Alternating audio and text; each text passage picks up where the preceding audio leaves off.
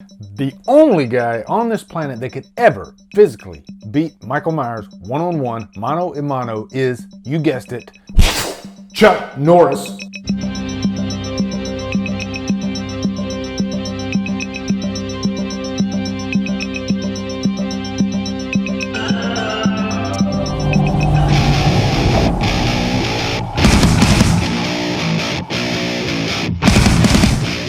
Silent Rage stars Chuck Norris, Ron Silver, and is directed by Michael Miller. What is up, guys? It's time to review, I guess, what I would call a deep cut, and it's kind of a hodgepodge because it's a mix of action with horror, and I love it when different genres come together, especially if they're really good. And this one, Silent Rage, this is a Blu-ray that actually I just got not too long ago, a couple weeks ago actually. But Silent Rage is a movie that I saw when I was very young, because this movie came out in like '82, and I remember seeing it somewhere in the '80s. In the '80s, I was really into watching a lot of action movies, even like kung fu type movies. Usually if there was a bar fight in the movie, then I was pretty much fair game. But I was a big fan of like Schwarzenegger and Stallone and Chuck Norris and Van Damme, all those guys. But this movie, Silent Rage, really stayed with me because this was different. The killer in this movie kind of scared me, I remember back then, and I'd never seen an action movie like this before. It was strange. And I would even say I probably saw Silent Rage before I saw any of the Halloween movies. It's possible, I'm not sure, but I think that is the case. I guess after seeing Halloween, I kind of realized why the killer in Silent Rage terrified me. Because he's pretty much like a Michael Myers type of character. So it was cool to finally watch this movie again after almost like 30 years. And I didn't remember any of it whatsoever except for that very last fight between Chuck Norris and the killer. Now this will be sort of a spoiler review. There's really no big twists in this movie, okay? It's Chuck Norris versus a silent killer. That's really what it is. So if I told you everything beat by beat by beat, you would still go into this movie having a good time with it, really. So know that going into this. But anyway, let's get into the plot of this movie. This movie opens up with the killer. You see him, he's like in his bed, laying in his room, and these kids are like screaming, and then he gets up, and the first thing he does is he gets on the phone because he's starting to freak out. And he's on the phone with his doctor saying, hey, I need help right now because I'm about to go crazy. I'm about to freaking go psychotic. So he knows of his issue. And of course, he does go psychotic, and then the cops show up, the town sheriff, Dan Stevens, played by the great Chuck Norris. His name is Dan Stevens in this. It's kind of cool that the main actor in The Guest, his real name is Dan Stevens. But anyway, the sheriff shows up, there's this big fight at the beginning of the movie.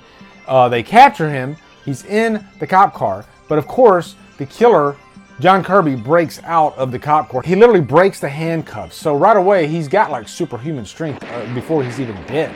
And so they kill the guy.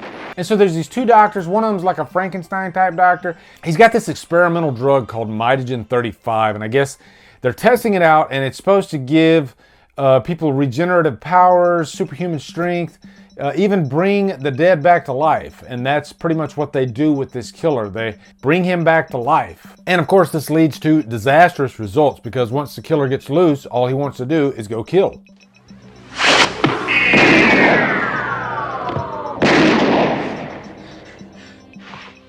And he's really a silent killer. This character, John Kirby, has very few lines in this whole movie. Maybe a couple lines, that's it. Like right at the beginning when he's on the phone freaking out.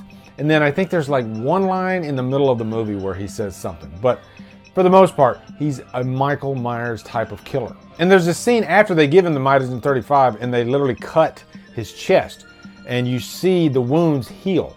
So he's got like Wolverine powers. Now, one of the doctors, Dr. Hallman, is played by Ron Silver. This is, I guess, one of his earlier movies, or one of the earlier movies that I've seen him in. He actually went on to have some reputable roles. But he's the doctor that has a conscience that tells the other doctor, hey, we shouldn't be playing with life here, and especially bringing a psychopath back to life. This guy knew of the danger, that was going to come if they let John Kirby back out. So I liked that little push and pull that you had between the two doctors. And it also introduces like a Frankenstein type element to the movie. Now let's talk about Chuck Norris. I haven't seen a Chuck Norris movie in quite a few years. I mean, maybe like 15, 20 years, something like that. I used to watch like the Missing in Action movies. But I always considered Chuck Norris to be like a tier below Schwarzenegger and Stallone.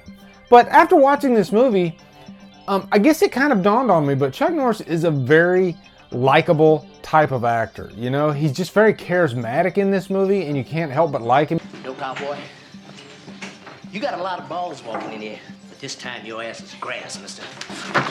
Don't get back, I'll break your neck like a twist. He's even got like this John Wayne way of carrying himself, and to me that's just irresistible. He's like a man's man, and he totally kicks ass in this movie, actually.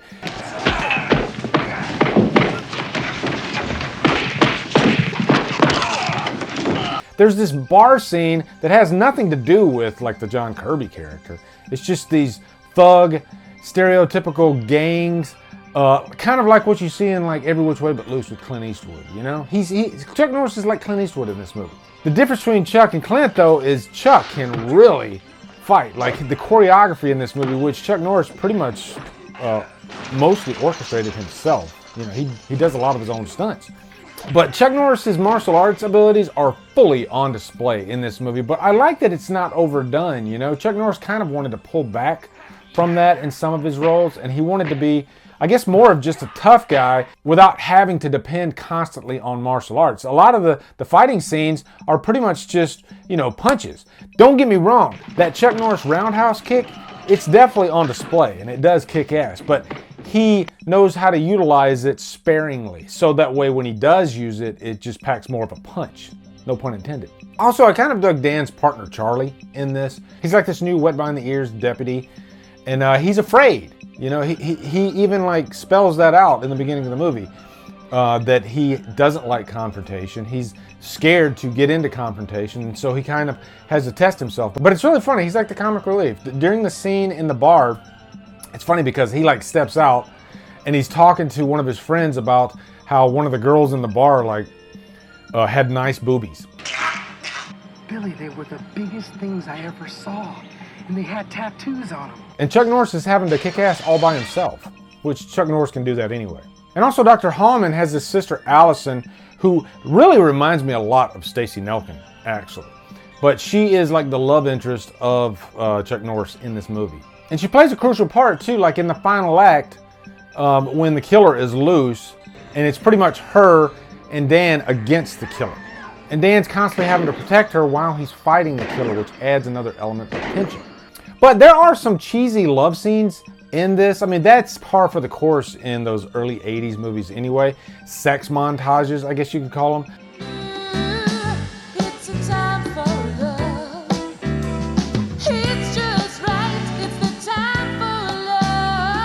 There's like a couple of them in here, and it's got like these really awkward kissing scenes between Chuck Norris and whatever actress he's with.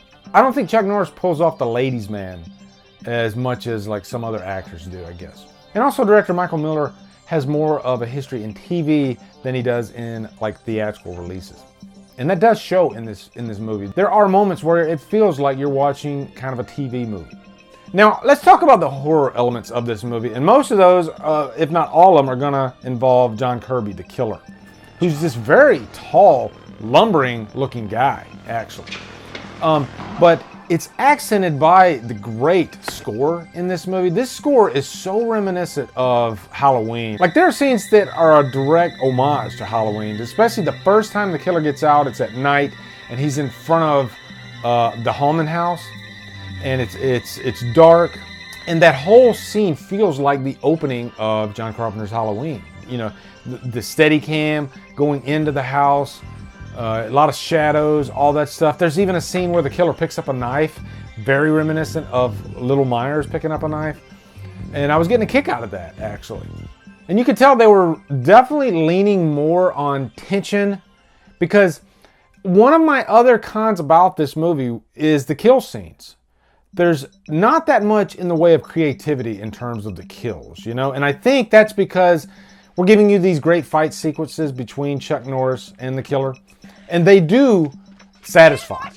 But don't expect like slasher level creative kills in this movie. You know, I think the most creative they get is where the killer like grabs this girl that's coming through the door and he slams the back of her head against the wall. That's about as much as you're gonna get.